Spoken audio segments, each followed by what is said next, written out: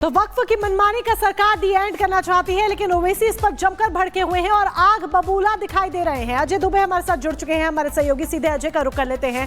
अजय, दी and वक्फ की मनमानी का होना है, संशोधन तो अभी हुआ भी नहीं है, लेकिन उससे पहले ही ओवैसी इतना भड़क रहे हैं कि धमकी दे रहे हैं, शाहीन बाग बना देंगे। संशोधन जब हो जाएगा तब क्या करेंगे ओवैसी, क्या मायने इसके निकाले? बिल्कुल इस बात को सबसे पहले ओवैसी ने आज से 3 रोज पहले लखनऊ में जेपीसी की जब बैठक की गई थी इंदिरा गांधी प्रतिष्ठान के सामने, उस दौरान ही हमारे सवाल पर यह बात कहा था उन्होंने कि जो शाहीन बाग के दौरान हुआ कुछ वैसी तस्वीर देखने को मिलेगी। तो निश्चित तौर पर ये एक तरीके से जो हालात हैं, जो पॉलिटिकल सिनेरियो है, उसको लेकर कही गई बात। और एक तरीके से उत्तर प्रदेश की सरकार ने भी जब वक्फ संपत्तियों में 80% तक जो सरकारी संपत्तियां, ये दावा किया था, तो इस बात को लेकर और ज्यादा प्रवोक्ड असदुद्दीन ओवैसी दिखाई दिए थे। अपने पॉलिटिकल लाइन को लेकर ओवैसी ये पूरी राय रखते हुए दिखाई दे रहे हैं और निश्चित तौर पर निशाने पर सरकार को लेते हुए दिख रहे हैं।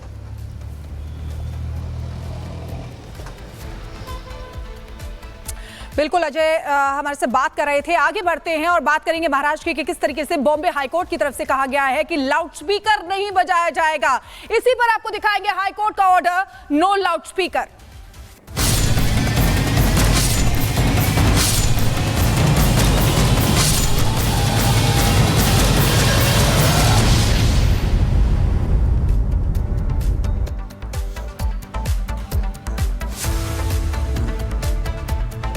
तो देखिए, कुछ लोग ये समझते हैं कि लाउडस्पीकर नहीं बजा तो काम नहीं बनेगा, यानी कि अजान नहीं बजेगा तो फिर सही नहीं होगा, आरती में अगर लाउडस्पीकर नहीं बजता है तो काम नहीं बनता है, ये कहना है लोगों का। लेकिन जो लोग ये समझते हैं उन्हें बॉम्बे हाई कोर्ट की उस टिप्पणी को भी सुनना होगा जिसमें जजमेंट सुनाते हुए ये कहा गया है कि लाउडस्पीकर किसी भी धर्म का अनिवार्य हिस्सा नहीं है। क्या कुछ बॉम्बे हाई कोर्ट की तरफ से कहा गया है, आपको रिपोर्ट के जरिए दिखाते हैं।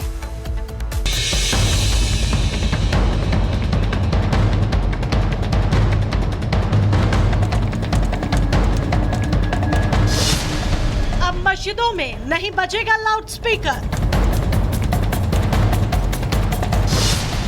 लाउडस्पीकर से मंदिरों में नहीं होगी आरती। अगर लाउडस्पीकर बजाया तो अब खैर नहीं। प्रशासन बार बार कह रहा है कि लाउडस्पीकर तय मानक से ज्यादा तेज गति में मत बजाओ, लेकिन ज्यादातर मामलों में देखा गया है कि लोगों ने प्रशासन के ऑर्डर का ठीक ढंग से पालन नहीं किया। लेकिन अब बॉम्बे हाईकोर्ट ने भी कह दिया है कि लाउडस्पीकर का इस्तेमाल करना किसी धर्म का हिस्सा नहीं है। अदालत ने कहा कि ऑर्डर का हर हाल में पालन हो और तय मानक पर ही प्रशासन की अनुमति से लाउडस्पीकर बजाया जाए। बॉम्बे हाईकोर्ट ने कानून प्रवर्तन एजेंसियों को ये निर्देश दिया है कि अगर कहीं ध्वनि प्रदूषण होता है तो वो नियमों का उल्लंघन करने वालों पर तुरंत कार्रवाई करें। न्यायमूर्ति एएस गडकरी और न्यायमूर्ति एससी चांडक की पीठ ने कहा है कि शोर शराबा स्वास्थ्य के लिए खतरा है। अदालत ने राज्य सरकार को निर्देश दिया है कि वो धार्मिक संस्थाओं में ध्वनि स्तर को नियंत्रण करने के लिए तंत्र अपनाने का निर्देश दे। गौरतलब है कि बॉम्बे हाईकोर्ट में एक याचिका दायर की गई थी जिसमें कहा गया था कि अजान सहित धार्मिक उद्देश्यों के लिए लाउडस्पीकर का उपयोग शांति को भंग करता है और ध्वनि प्रदूषण को नियंत्रण करना चाहिए, जिस पर सुनवाई करते हुए अब बॉम्बे हाईकोर्ट ने अपना जजमेंट सुनाया है। Bureau report, Republic Bharat. और सागर के पास चलते हैं। सागर, देखिए, बॉम्बे हाई कोर्ट ने जो फैसला सुनाया हुआ है, यानी कि जजमेंट में जो बातें कही गई है कि किसी भी धर्म का अनिवार्य हिस्सा लाउडस्पीकर नहीं है। अब बॉम्बे हाई कोर्ट के जजमेंट के बाद क्या एक्शन, कब से एक्शन शुरू हो जाएगा लाउडस्पीकर पर? नहीं कि बिल्कुल जिस तरह से और कई राज्यों में हमने देखा इस पूरे मामले को लेकर बड़ा एक्शन सरकार ले रही है। यूपी में हमने देखा, वहां पर मंदिरों की बात करें, मस्जिदों की बात करें, हर जगह से देखिए लाउड स्पीकर को हटाने की प्रक्रिया हमने देखी।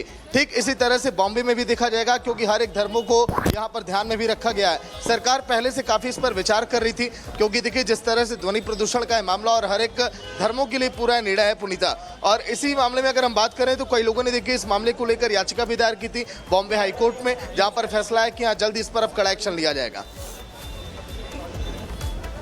बिल्कुल सागर, तमाम जानकारी आप यहां तक पहुंचा रहे थे, यानी कि हाई ऑर्डर सामने आ गया है कि नो लाउड स्पीकर ये किसी भी धर्म का अनिवार्य हिस्सा नहीं है, ये क्लियरली यहां पर कह दिया गया है।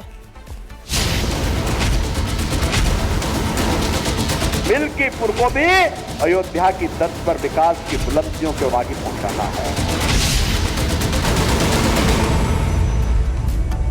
और चलिए अब बात करते हैं मिल्कीपुर विधानसभा सीट की, जो इस वक्त वर्चस्व की जंग जहां पर देखने को मिल रही है पक्ष और विपक्ष के बीच में। खुद मुख्यमंत्री योगी आदित्यनाथ चुनाव प्रचार करने के लिए और धुआंधार प्रचार करने के लिए मिल्कीपुर विधानसभा सीट पर पहुंचे और जैसे ही सीएम योगी पहुंचे लोगों का हुजूम उमड़ पड़ा उन्हें वहां पर सुनने के लिए कि वो क्या कुछ कह रहे हैं, जनता के बीच क्या संदेश दे रहे हैं अपनी रैली के माध्यम से। लेकिन कहीं ना कहीं सीएम के पहुंचने से विपक्ष इस पर घबरा जरूर गया है।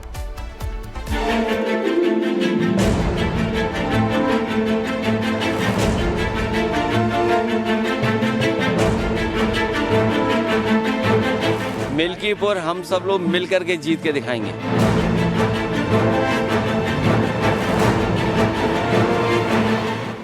मिल्कीपुर सीट पर बीजेपी और समाजवादी पार्टी के बीच जो जंग शुरू हुई थी लोकसभा चुनाव में, अब उसकी पूर्ण आहुति का चुनावी कुंड बना है मिल्कीपुर, जहां दांव पर लगी है मुख्यमंत्री योगी आदित्यनाथ और पूर्व मुख्यमंत्री अखिलेश यादव की प्रतिष्ठा।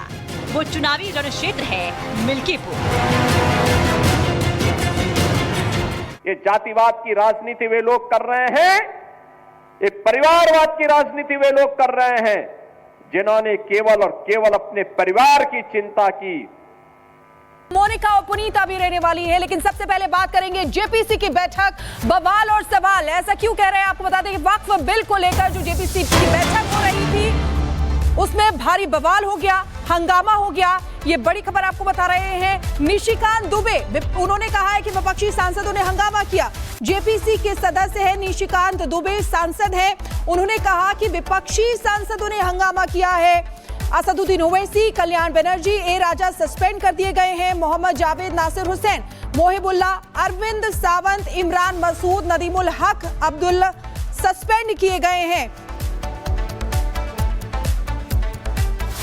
विपक्ष के ही लोगों का ये विचार, खासकर ओवैसी साहब का, कि जम्मू कश्मीर के जो पूरे रिप्रेजेंटेशन है उसको हमने नहीं सुना और मीरवाइज को बुलाना चाहिए। आज मीरवाइज को बुलाने के लिए ही इस मीटिंग को क्लॉज बाय क्लॉज जो मीटिंग होनी थी हम लोगों की 24 और 25 में, इसको चेयरमैन ने पोस्टपोन किया अपोजिशन के सजेशन क्या था। लेकिन आज जब मीरवाइज के पहुंचने का था, सबसे पहले कश्मीर के बारे में विपक्षियों की क्या व्यूज़ है, विचार है, आज ये एक्सपोज हुआ।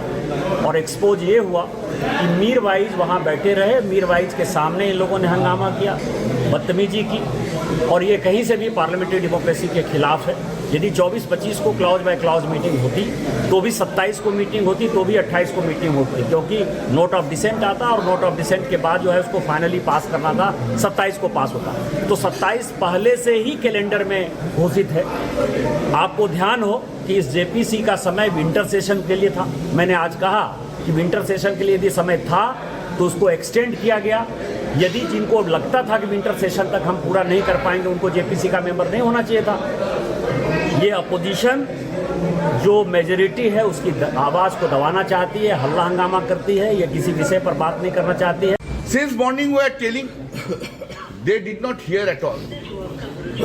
Inside there is an undeclared emergency is going on. He is treating everyone, all members of the opposition, as a domestic hands, as if we are in his house.